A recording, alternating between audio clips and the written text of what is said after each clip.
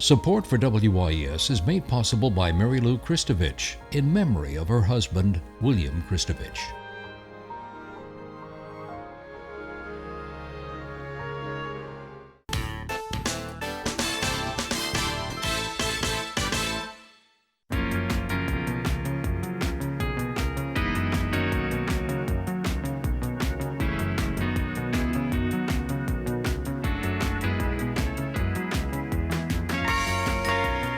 Good evening, I'm Peggy Scott Laborde, and welcome to Steppin Out, spotlighting the New Orleans area's arts and entertainment scene. Seated at our table tonight, John Kemp, art columnist for Louisiana Life magazine. Hey, John. Hey, hello. Peggy. Hello. Poppy Tooker, host of the WWNO radio program, Louisiana Eats. Hello. Hi, Peg. Hi there. New Orleans pianist and composer, Tom McDermott. Hello, Tom. Hello, Peggy. He's got a concert this weekend, but he'll be playing for us tonight. We're thrilled. And Steppin Out theater critic Smason, who is also the editor of the Crescent City Jewish News. Hello, sir. Hey there. Hey. But first up, we're having a heat wave. Yeah, Poppy. well, it's summertime in the city, so that means bargains abound. And one of my favorite bargain deals is the traditional temperature lunch at the Palace Cafe. And this goes Monday through Friday, 11:30 to 2:30. And the way that it works, the cooler the temperature, the cheaper the lunch. So it's 85 degrees on Monday. Tuesday, the two-course lunch is $8.50. Oh. And this is available through Labor Day, and you have a choice to start of soup or a Werlein salad. And then the specials change daily, and there are things like chilled duck breast with 3-bean salad, heirloom tomatoes, crispy shallot over a charred tomato vinaigrette, Gulf fish with a tomato, basil, beurre blanc. That is such a deal. Yeah, it is incredible. Arugula frise salad and popcorn rice, Gulf shrimp and black drum over arugula salad with a lemon vinaigrette and cauliflower sauce topped with lemon zest and Gulf shrimp Maque Choux. I'm hungry. Then, over in Mid-City, another summer tradition. Ralph's on the Park has begun running again. There are 3 appetizers and glass of wine special. And of course, it's really small plates. It's not like appetizers. But it's pretty filling. That's what I'm that. saying. Yeah, it's plenty to plenty. eat. And so, for instance, there's 14 things to choose from.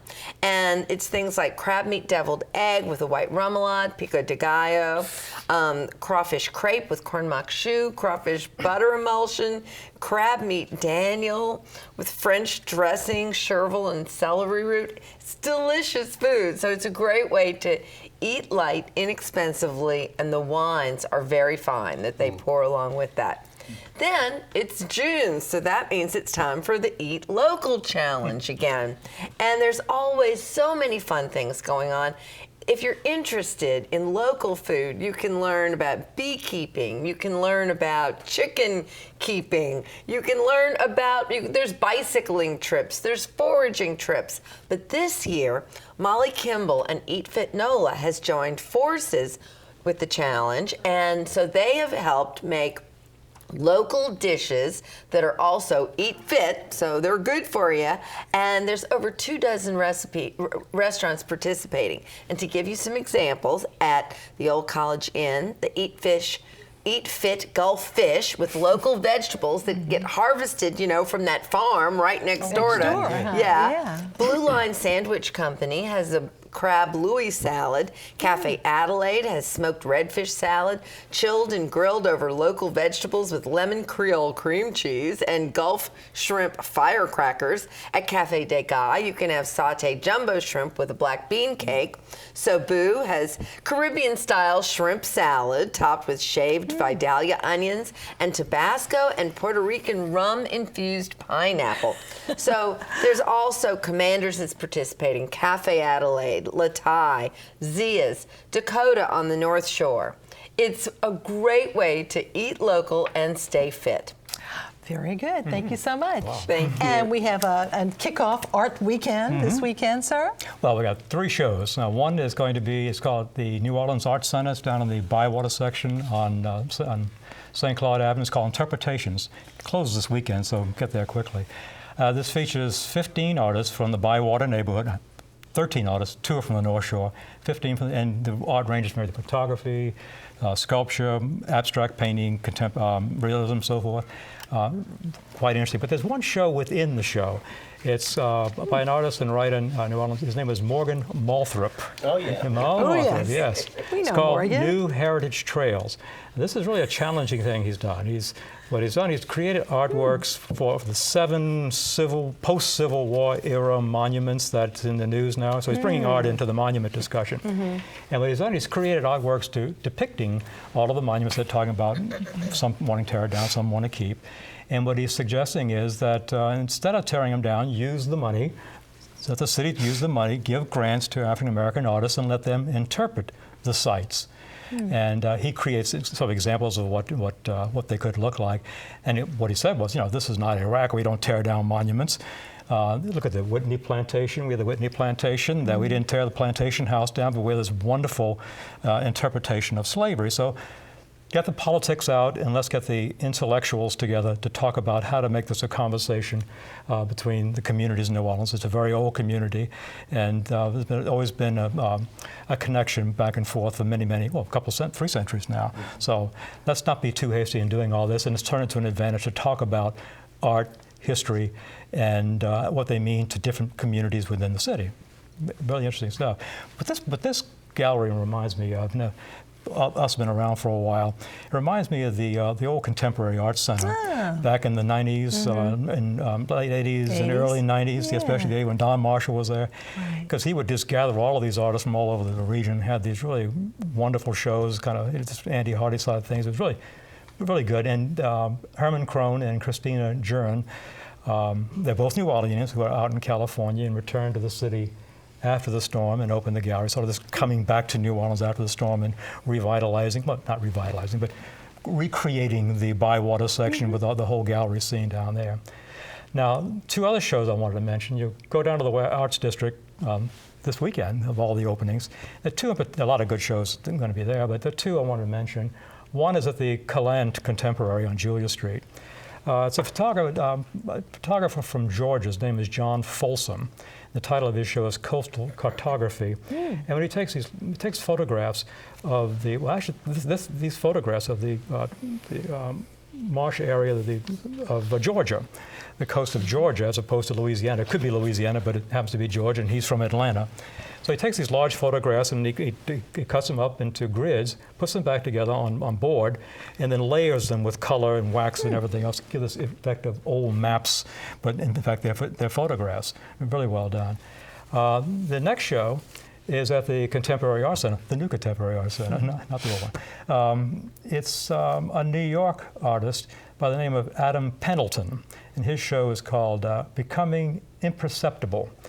This is a multimedia show in which the artist sort of gathers photographs, old newsreel and film from the civil rights era. And you go and you see the images going in and out, black and white images going in and out of the screens and back and forth, sort of like almost like dreams, for those who remember the situation, old black and white television. So it really gives you a feeling for that whole period. The show was created by the CAC, and it will now travel. It closes in a couple of weeks. It'll travel to Denver. So those who are going to Denver soon, we can see it there. All right, good. Thank you so much, John. And lots of gallery openings on Julia, of course, this weekend. Julia and the whole surrounding neighborhood. Yeah, magazine. Thank you. And New Orleans Magazine's quiz queen, Julia Street, has a question for us. Last time, Wendy King named the historian who said that President Dwight Eisenhower once credited a New Orleans-made invention with helping to win World War II. And the invention. Stephen Ambrose, and we're talking about, of course, the Higgins boat. Now, tonight's question. Anticipating next weekend's Tomato Festival, this celebrated local tomato variety is grown primarily in 2 parishes. Name the tomato and the parishes. Email your answers to steppinout@wyes.org. Our prizes, a year's subscription to Louisiana Life magazine. And tonight we have 2 dish towels with the messages Herring Aid and Grouper Therapy from our friends at wearablevegetables.com. Also thanks to our friends at Pelican Publishing, because we have 2 copies of the P&J Oyster Cookbook by Kit Wool and the Sinceri family. You can visit WYES.org for our online calendar to see our lineup of events, including Deidre Ludwig and Marcy Lally's exhibits titled Luminescence and Memento Wild, both opening tomorrow night at Lemieux Galleries.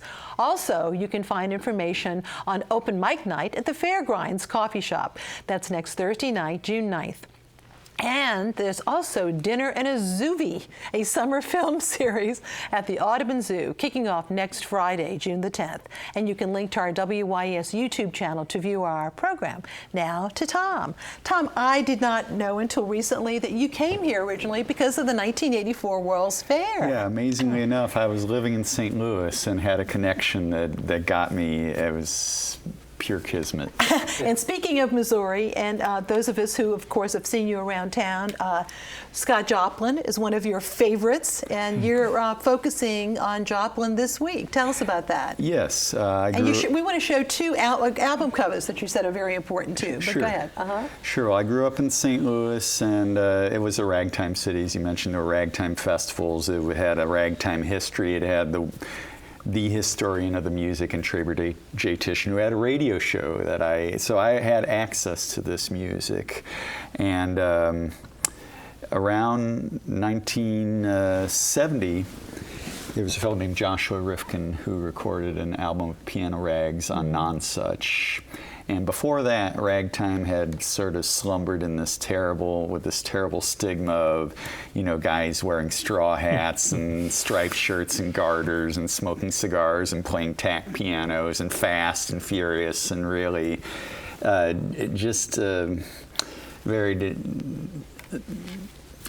not very artistic, let's say.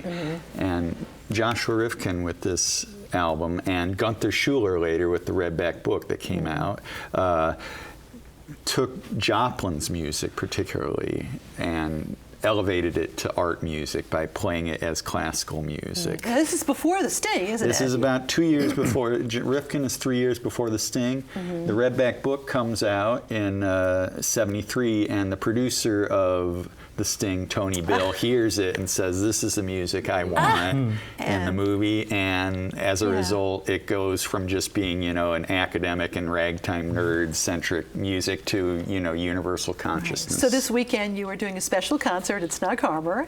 Yes, I didn't want to stigmatize myself as just a ragtimer because people still have some people still have kind of a corny image of that, whereas they don't realize the greatness of Joplin as an art music producer. So yes, I'm going to do my first all Joplin recital here. Very exciting. And now that I am better known as somebody who can play James Booker, Professor Longhair, Brazilian music, or Beatles, or whatever.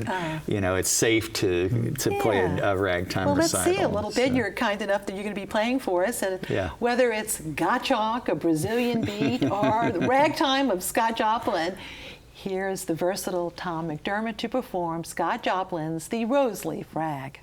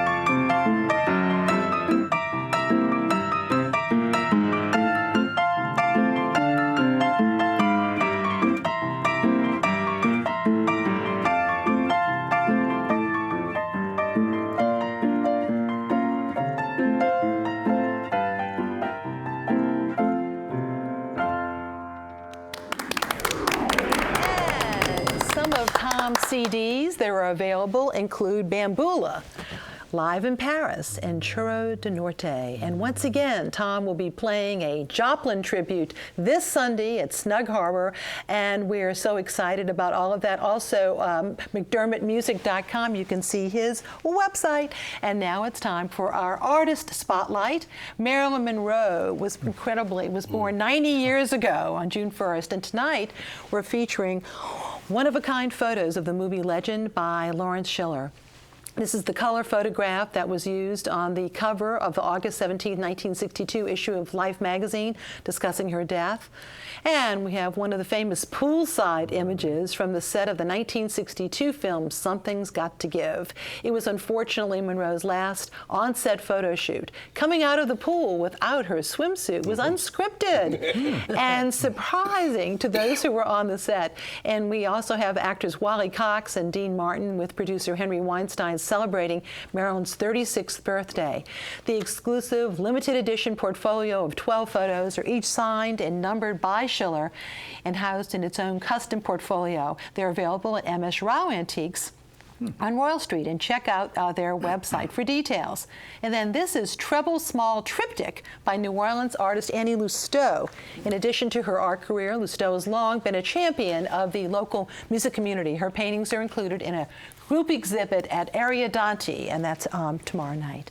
And now it's time for Ellen. Well, I'm sorry to lead off with some sad news on our segment. The Cheryl Ciatat, who was a mainstay on the theater stages of Gallery Circle Theater, and in particular Le Petit, passed away this week at the age of 92. A Lifetime Achievement Award winner, not only in the Storer Boone Awards, but also, of course, in the Big Easy Awards. She was noted for her work with such great luminaries as the late Stocker Fonolo and Roy Dumont. Here we see her with Ty Tracy, the wonderful Ty Tracy, of course, and Cheryl right in, I guess, the pinnacle of her achievement. Of course, most people came to know Cheryl because of the Time Saver commercials, where she played anime to Becky Allen's Rosemary.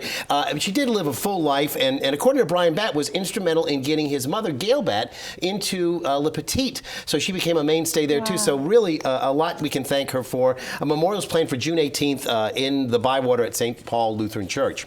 Also, sad word came from Anthony Bean Community Theater. Not exactly a good week for actors, because Leela Lewis passed away at just the tender age of 32.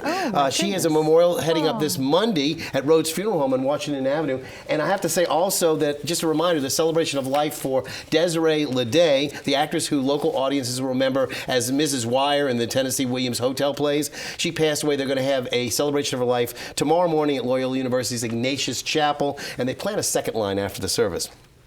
Now, I mentioned Le Petit Theater earlier. They have announced their season coming up for what's going to be their 100th season, and they're starting off with one of my favorites, the winner of the Best Revival of 2013, which is, of course, Pippin. They'll be updating the version of the Stephen Schwartz musical that has a lot of acrobatics and a lot of circus performers. That'll be starting off in September. They're going to follow that up with the imaginary meeting between Sigmund Freud and author C.S. Lewis. Of course, this is a play called Freud's Last Session. It's intended to examine the broader issues of the meaning of life, the existence of God, and more mundane matters like love and sex. And then it's Jelly's Last Jam, the 1982 vehicle that starred Gregory Hines as Jelly Roll Morton. We were just hearing some of the rags, featuring the music of the man who claimed he invented jazz. Now, from Freud's Last Session to Jelly's Last Jam, we move on to Alan's Last Nerve, because we continue checking out more shows. Horton Foot's Dividing the Estate is set in Texas. It's about a family that must decide whether to sell off the family home when a tax bill comes due. It played off-Broadway and won an Obie Award as Best Play, and it starred Elizabeth Ashley and Gerald McRaney when it was off and on Broadway. And again, that's going to be their entire season. Don't forget that their final play is going to be It's Only a Play, which they're co-producing with the NOLA Project, and I mentioned that sometime earlier. A lot of good things at Le Petit coming up. Very interesting news also from the 3-year-old production company, See 'Em on Stage. They had a season announcement as well. They're going to have some very quirky productions. First off, Lizzie, a murderous musical, yes, based on the legend of who? Lizzie Borden. And that'll be followed by The Toxic Avenger, a very funny musical based on the oddball film from 1984. That's going to run until Halloween night, appropriately. Then, I believe it's going to be in December. Yes, The Lion in Winter. You're going to have Leslie Castell starring as Eleanor in that production. And then finally, next spring will be Triassic Park. Now, you say, is that Jurassic? No, it's Triassic Park, and it's basically Jurassic Park taken from the viewpoint of the dinosaurs. Okay? Yeah, I did say it was a little quirky. So see them on stage, and they have a lot of different things they're going to be doing, a lot of different venues. A brand new venue, the Valiant. We'll talk about that later. That's Richard Mayer's old Shadowbox and Old Maque Theater, rejuvenated in the Araby area. Now, coming up next weekend is also Faster Than a Speeding Bullet. That's a series of 1-minute plays. All plays must be of no duration longer than 60 seconds. Audience members are encouraged to wear superhero costumes. That's going to be at the theater at St. Claude. And also coming up very soon is Noga's production of Heathers the Musical, another movie musical, if you will. It starts next Thursday at Noga, and it'll be directed by Blake Cohealy. Of course, if you remember, the movie is about those mean girls, the Heathers. And again, it's going to be at Lupin Hall, opening up June the 9th. And finally, I wanted to remind everybody about Stage Door Idol. They're going to be having their 7th Stage Door Idol this summer. They're having the competition in the National World War II, BB's Stage Door Canteen. And the open auditions are on Monday and Tuesday coming up next week. You'll need to come with a song that was popular during World War II. Okay, thank you so much. John, picks of the week. Okay, well, we have the New Orleans Academy of Fine Art on Magazine Street, the annual student show, which I always enjoy seeing what they're producing down there. Poppy. Saturday and Sunday, it's time for the Oyster Festival. It's at Waldenburg Park from 10:30 in the morning till 6:30 in the evening. Rain or shine. Okay. Tom.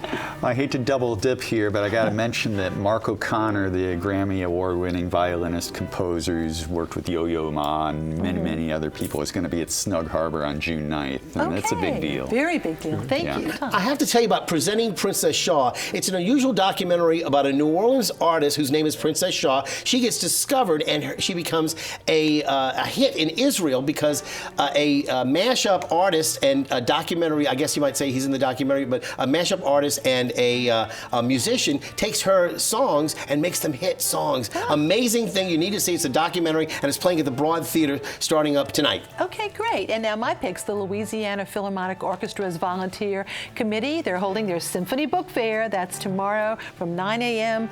to 8 p.m. and Sunday from 9 a.m. to 4 p.m. at UNO's Lakefront Arena. And Crescent City Auction Gallery will hold a major estate auction this weekend. All items may be previewed on the auction website.